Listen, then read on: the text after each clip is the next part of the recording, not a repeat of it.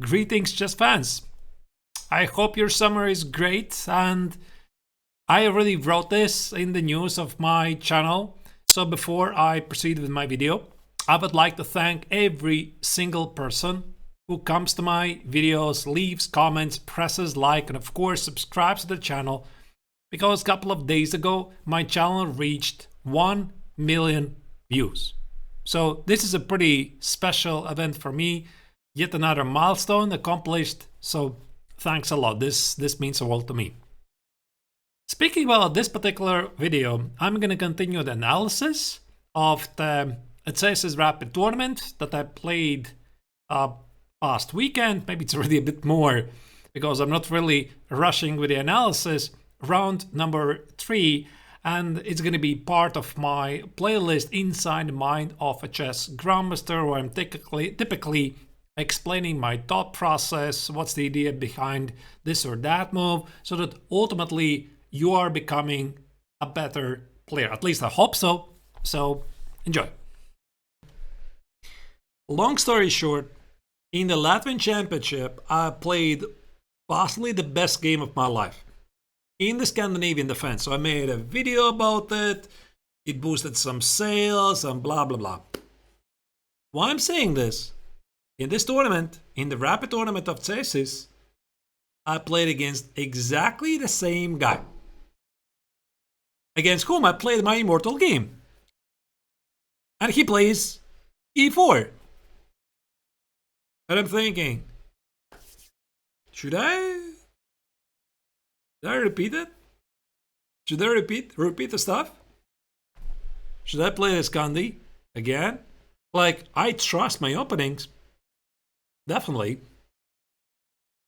But I'm pretty sure the guy has definitely prepped something against me, because I made videos so publicly how I played my best game. And my opponent, Kristaps Kruskans, he's a very principled guy. So I play c5. I'm not afraid of a Scandinavian, but I think, given the circumstances, that my opponent was itching for this chance to strike back, I decided to deliver a dagger attack. Go back with my main opening, which was, at least before the Scandinavian. We played knight f3, e6, d4, c takes, knight takes on d4, I play a6, the Khan, of course, my second chessable course. Lifetime repertoires, Khan Cecilia, and advertisement finishes right here. He played knight c3, I play b5, he played bishop d3. And there's one sideline I am not sure if I have included in the course or not. So, in the course, the main line is bishop e7, is knight c6, bishop c6, and let's say white plays either rook e1 or queen e2, whatever. I play queen b8. That's a big idea. Like, I play queen b8, I play bishop d6, I play a4, I play b takes on e4, blah, blah, blah, blah. So it's a very big theory, computerish lines, etc. But the bottom line is, black is fine. Black is always fine. But there is another sideline. And this is the line I have tested against some very good players. And one of them was Gata Kamsky. So I was playing against Gata, was it last year or this year? Last year, probably. It was one of the play-in tournaments of chess.com, these online champion chess tour or something. You know, I don't remember which one. Maybe it was Chessable Masters, maybe it was Airthings Masters. I don't remember. Maybe it doesn't matter. But from time to time I play queen b6. And the idea of queen b6 is to push back the knight from d4. And I don't really think that queen b6 alone is good enough as the main weapon. But probably all of you are going to agree. When you're playing your main stuff, it's a good idea that you have the occasional surprises. like testing moves. You want to test occasionally, like 15-20% of the time. You want to try something, especially when your opponent doesn't really have a lot of time to think about the details, etc. So I made a judgment call and I decided I'm going to test it. So the big idea is I lose a tempi and I play queen c7. But now, when the position is going to open up, the knight on b3 is a bit further away from the potential attack at the kingside.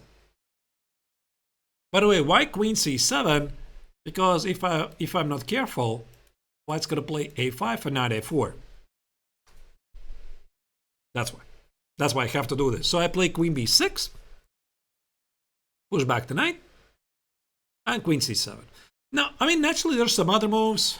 There's bishop e3, I play bishop c5, some crazy lines, I'm not going to bother you.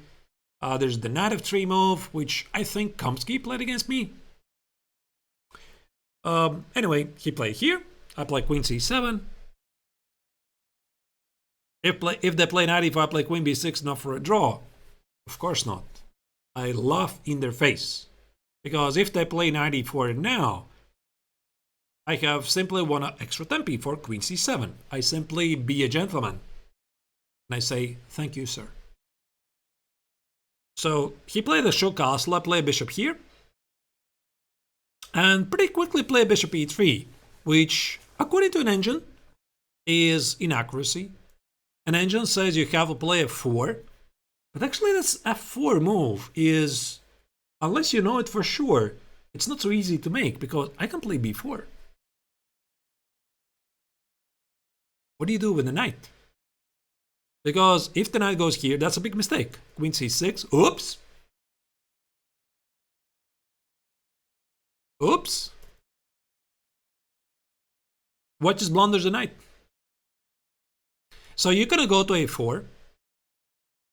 If you go here, the knight is feeling a bit weird. I play knight f6, knight g3, I get to play h5. So white already has to play e5, I play knight e5. And this is where the engine says white is slightly better. With its knight on e2, standing a bit weird, I have a very strong knight on d5, very strong bishop on b7. Maybe I want to play some d6 or f6 stuff. So, I don't know. I was pretty happy to play this in a rapid game. And this is why he played bishop e3. So that I cannot play b4, there's going to be knight a4. And he can occupy the b6 square. But bishop e3 is a slow move, because now I play knight f6. And I'm already thinking about the b4 idea, to get to the pawn on e4. So, he played f4 anyway.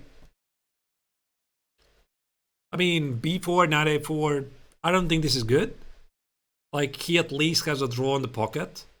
At least, which is pretty terrible odds. We're going to get to the a3 move, right? Here. Can you play a3 here? It is slow. Yes. Yes, it's very slow. Because I'm going to play knight e7, bishop e7, and I have essentially the dream Scheveningen position. Like, I have set up the absolute perfect Scheveningen position from the black's perspective. I have at the same time pushed back the knight on b3 from d4, and at the same time white is committed to a3, which is not always a good move. So, he played a4. You know what he should have done? And I suppose this is not a big surprise. The strongest move is, look at this, is e5. And if I take it twice on e5, he suddenly develops a pretty annoying initiative. I have no good place to put my queen. And he keeps pressing. Like queen e2, bishop e7, knight takes on b5. I cannot take on b5 because my queen side is falling apart. I run away, and he keeps the advantage. So he's doing better. And yeah, I was not sure about this pawn sack. So let's say I don't take it, and I could play like knight e5, ignore the pawn. He takes, plays a4, b4. All of this makes perfect sense. He plays queen e2, and there's some, again, fascinating lines. Like, from afar, I thought if I'm going to play something like bishop e7, I'm completely fine. Do you know what Stockfish says? Yeah. Rook takes at f7. Check. g6, bishop g6, lights out. Here. Threading checkmate on f7. Rook f8. Bishop c5. I could have played king g8. There's going to be queen e8 mate. So I'm losing. So I cannot do all of this. Like, I could have played bishop e7. And ultimately, I have to go knight e7. He takes the pawn. Queen e5 with a mess. That's the best I can do. Get a mess on the board. Yeah, Engine, by the way, says maybe white is slightly better, but I think still ultimately the better player is going to win it most of the time. So I suppose it's not a big surprise that e5 is working. And I felt that e5 should be working somehow. But I was not super concerned about it during the game. Anyway, he played a4. I played b4. He played knight a2. Okay. Now, this is the position that I posted a couple of days ago on social media. And now the question here. I'm going to ask you a question. What do you do? Choice number one. You take the pawn on e4. Give up the pawn on b4 and you complete development. Choice number two. You include knight e7 for whatever purpose, just to complete your queenside development and feel a bit better inside. And choice number three is to play bishop e7 so that you are able to complete development one move earlier. So the question is, what are you going to do?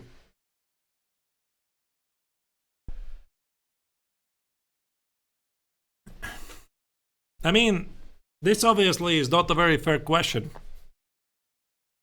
because the lines here are totally crazy. So what happened in the game? In the game, I took on e4. He took on b4. I play knight e7 and we continue normal development. But knight x on e4, according to Stockfish, is a mistake. And why? The answer is going to surprise you.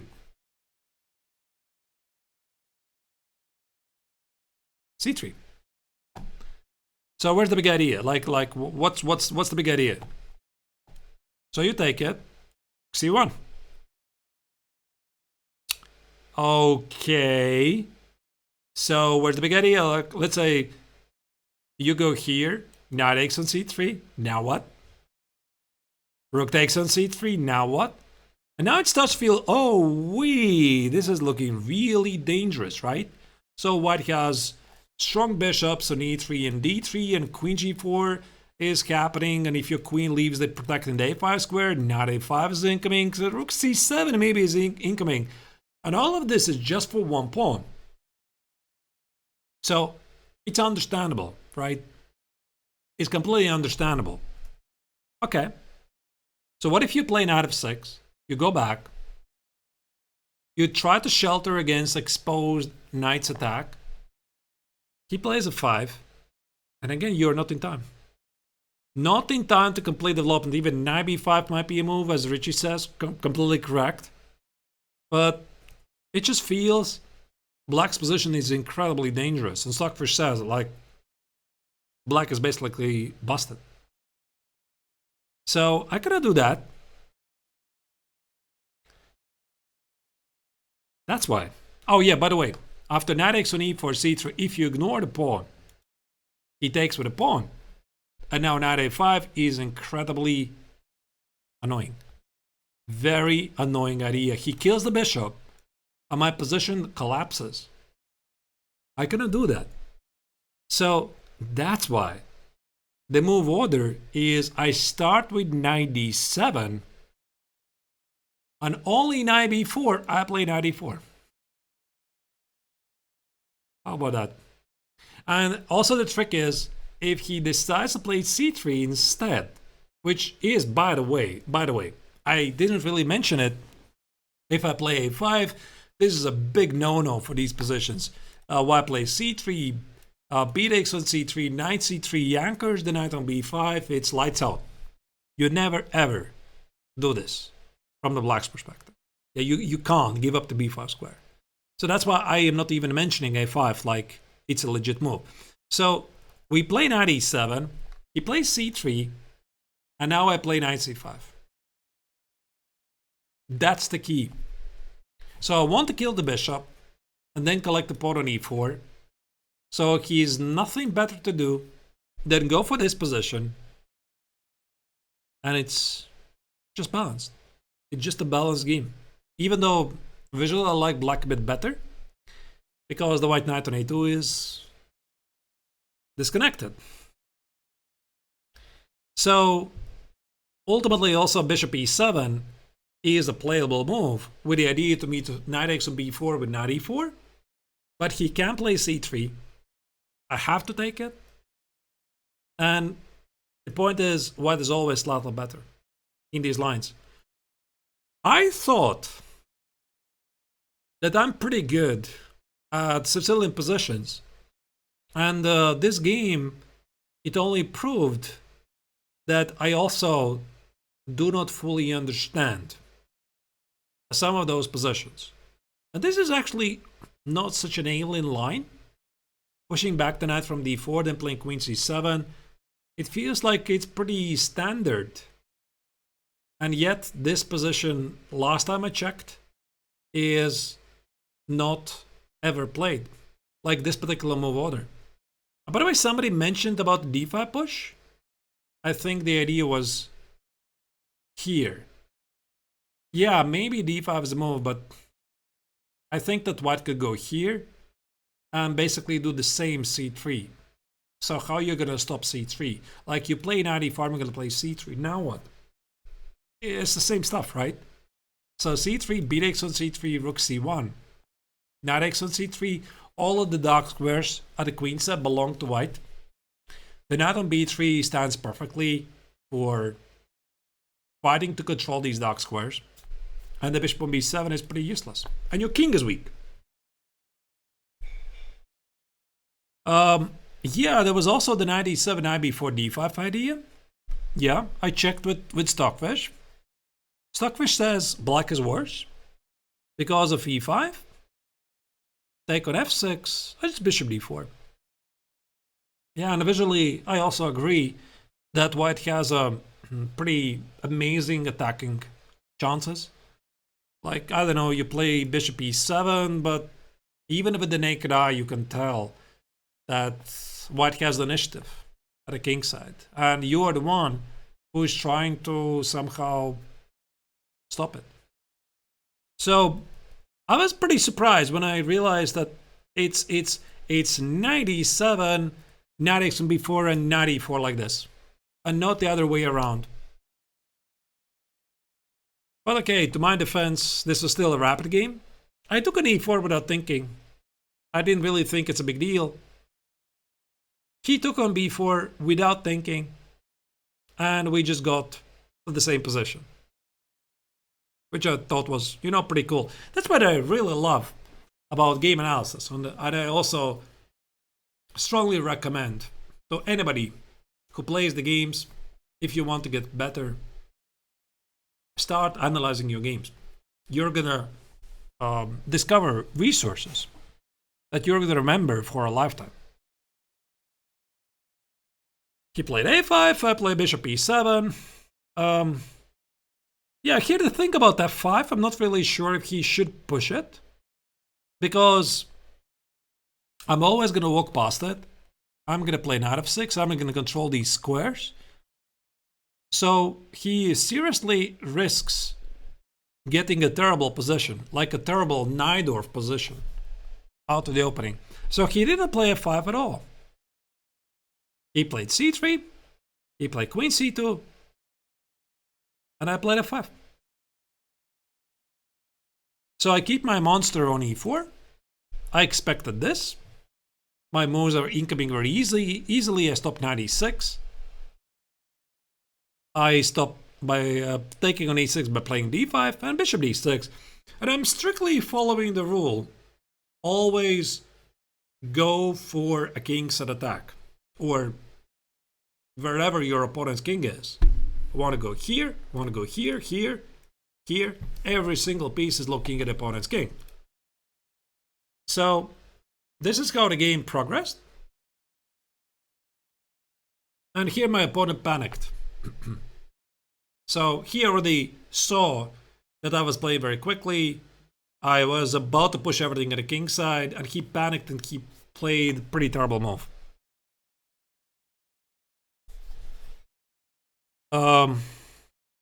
Do I think the structure is where the experience in the Dutch comes in useful? I haven't really thought about it. Maybe. Actually, this f5 idea, it exists in the concourse. Like, there are lines where black has the pawn on d7, white has the pawn on e5, and I play 5g5. So it's not strictly from the Dutch, but I understand what you're saying. Yeah, it can resemble. Always go for a kingside attack. Always. It's the easiest thing you can do in chess. Like, okay, maybe not a kingside attack wherever the opponent's king is. What do you think is easier to master? Straight attack at the opponent's king? Or play like Karpov, slow positional chess, slowly improving the pieces? What do you think is easier? It's so much easier to go for the direct attack. I mean, practice proves it, especially in accelerated time control games. And this game, by the way, finished very quickly. Like, he felt I controlled initiative. All of my pieces are looking at the opponent's king, like g5, e5 is incoming, and yeah, he played knight e5, which was a complete panic. And yeah, I just took the pawn. I played queen f6, e5 is killing. And I think he was just bluffing with some counterattack at the queen side. But this was pretty straightforward to calculate. And I just put the bishop on a8, I'm winning a piece. Basically, that was it. Was g4 strong instead of knight e5?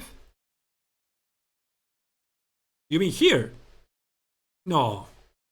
Why would white open up the bishop on b7 and bishop on d6? Oh, this looks like a suicide. I don't know, I would probably just take it. And I don't know, take it maybe, and play some queen f7 and queen g6 and e5, and come on, Richard, what are you doing here? That's pretty bad. Like, my king is so much safer. So this is how the game finished. He was trying to make some tricks. Rook d8 is an easy move. Fork is winning me a piece. And I just activated my pieces. Went for the attack. Again, I have an extra piece, but I keep attacking. And to be honest, I don't remember here what he did. Because this is what I restored in the evening. Like, did he really play bishop b2? I'm not really sure. But I remember he hung a second piece and he resigned because everything was coming apart. Like, there's a checkmate on g2 threat, rook d2 is incoming, so he hung a piece and he resigned. But what I did after the tournament, I played all 9 rounds, no digital boards. And on my phone in the evening, I reconstructed every single game to the letter. And 3 games, I was not really sure about one specific moment, move order. Like, I was not really sure. Did he play this move order or did he play that move order? That's what I don't remember. And this is also what I would like to recommend to you, the viewers. This is how you can practice your memory. If you want to become a better player, you go and play some rapid and blitz tournament.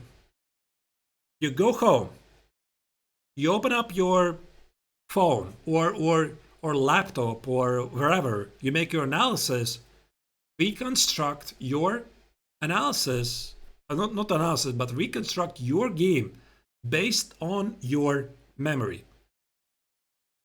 You know why? I have made this mistake in my life, never again. I treat every single chess game as a source of information. So if you play something nice, something memorable, some very nice maneuver, if you don't write it down, if you don't keep the notes, it disappears. This game never happened. That's how I have made this mistake in my past. I have played some very nice games, and I have not written them down. A couple of days later or a month later, that's it, it's gone.